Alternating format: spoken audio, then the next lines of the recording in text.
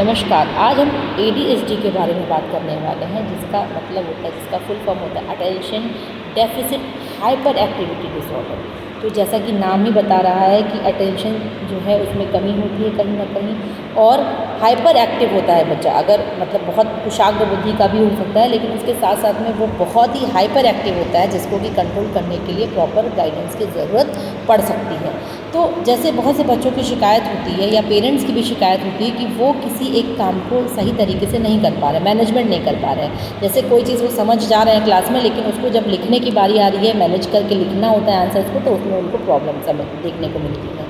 या कोई प्रोजेक्ट बनाने को दे दिया गया, उनको थ्योरेटिकल चीज़ें लिखने में प्रॉब्लम हो रही है, ओरली वो सब फटाफट बता दिए, और बताने के जो तरीका है उसमें भी उनकी स्पीड जो होगी बताने की बहुत फास्ट होगी। मतलब कि वो समय को मैनेज नहीं कर पा रहे हैं, चीज़ों को ऑर्डर में नहीं लगा पा रहे हैं। तो जो ADHD ये प्रॉब्लम होती है, ये मुख्यतः 3 तरीके से होती है। पहला जो होता है वो होता है हाइपर एक्टिव, दूसरा होता है इनअटेंटिव होता है जिसमें बच्चा, और तीसरा होता है कंबाइंड, जिसमें इन दोनों का मिलन होता है ना। तो जैसे कि अब हम एक एक करके बात करते हैं। जो पहला होता है जिसमें इनअटेंटिव है, तो जो बच्चा देखा जाता है, इसमें कुछ रीजन्स है जो मैंने इसमें नोट डाउन कर रखे हैं। जैसे इसमें जो बच्चा है, इसमें बच्चा सामान जो है उसका अक्सर आप देखेंगे कि गायब हो जाता है, उसके सामान मतलब बैग से, उसको ध्यान ही नहीं रहता कि उसको कोई चीज़ को संभाल के रखना है।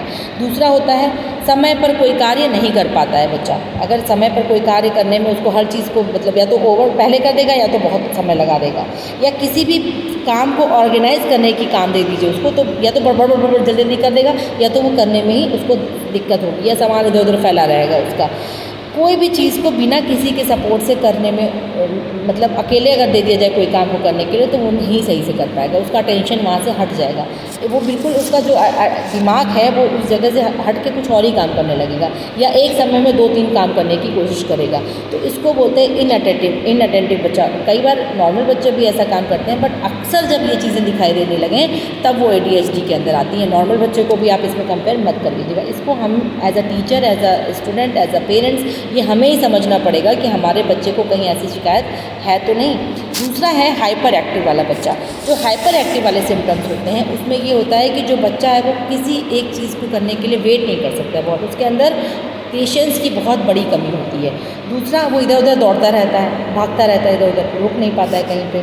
तीसरा, वो हर बात पे, हर काम पे किसी न किसी को इंटरप्ट करता रहता है, परेशान करता रहता है। मान लो अपना काम लिख भी रहा है, तब भी कुछ ना कुछ बोलता रहेगा, कुछ ना कुछ कहता रहेगा, ताकि लोग उस पर मतलब नज़र रखें, कुछ ना कुछ सबको एक दूसरे को मतलब कोशिश करेगा कि उसको अटेंशन सीकर बनता है। हालांकि वो अपने काम को भी गड़बड़ कर लेता है उस चक्कर में। और जो तीसरा टाइप होता है जो कंबाइंड है, उनमें इन दोनों का जो मिक्सचर अगर हो जाए और इन दोनों के मिक्सचर से 6 लक्षण दिखाई दें, तो इट मीन्स कि वो कंबाइंड ADHD टाइप का बच्चा है। चलिए, ये तो परेशानी हो गई जो हमें समझ में आती है कि हमारे बच्चे में आ रही है। इसको सुधारें कैसे? तो जो छोटे बच्चे होते हैं जिनको सुधारने की जो थेरेपी होती है उसको हम बोलते हैं बिहेवियरल थेरेपी। तो बिहेवियरल थेरेपी को हम एज अ गाइड करके ही सुधार सकते हैं। जैसे मान लीजिए किसी बच्चे को सुबह उठने की आदत कैसी है, उसको नहाने की आदत है कि नहीं है, उसको एक माँ सिखा सकती है। उसी तरीके से जो घर में बच्चा है तो उसको घर में पेरेंट्स को भी ये समझाया जाए कि अपने बच्चे को अगर सही करना है तो उसको कुछ जो टेक्निक्स हैं, जो गाइडेंस दी जाए साइकोलॉजिस्ट के द्वारा या काउंसलर के द्वारा, स्कूल के काउंसलर हो उनसे, या आपको अगर किसी फ्रेंड के थ्रू ये हेल्प मिल गई है उससे, आपको जो जो गाइडेंस दी जाए वो अपने बच्चों के साथ करना शुरू करिए, है ना। उसको अटेंशन सीखिए, उसको छोटे छोटे गोल्स दीजिए काम करने के, थोड़ा थोड़ा काम दीजिए उसको जो अपने आप से वो करे। उसको धीरे धीरे जो उसकी डेली रूटीन है उसमें हैबिट में सुधार लेके आइए, उसको हर चीज़ को करने की आदत डालने लगिए। देखिए धीरे धीरे करके वो सुधर जाएगा। जो एडल्ट बच्चे होते हैं, टीनेजर्स होते हैं, जिसके अंदर बिल्कुल निराशा, डिप्रेशन, एंग्जाइटी की बीमारी हो गई है, जो हर चीज़ में नेगेटिव बोलते रहते हैं अपने आप को, कहीं ना कहीं वो भी ADHD के शिकार ही होते हैं।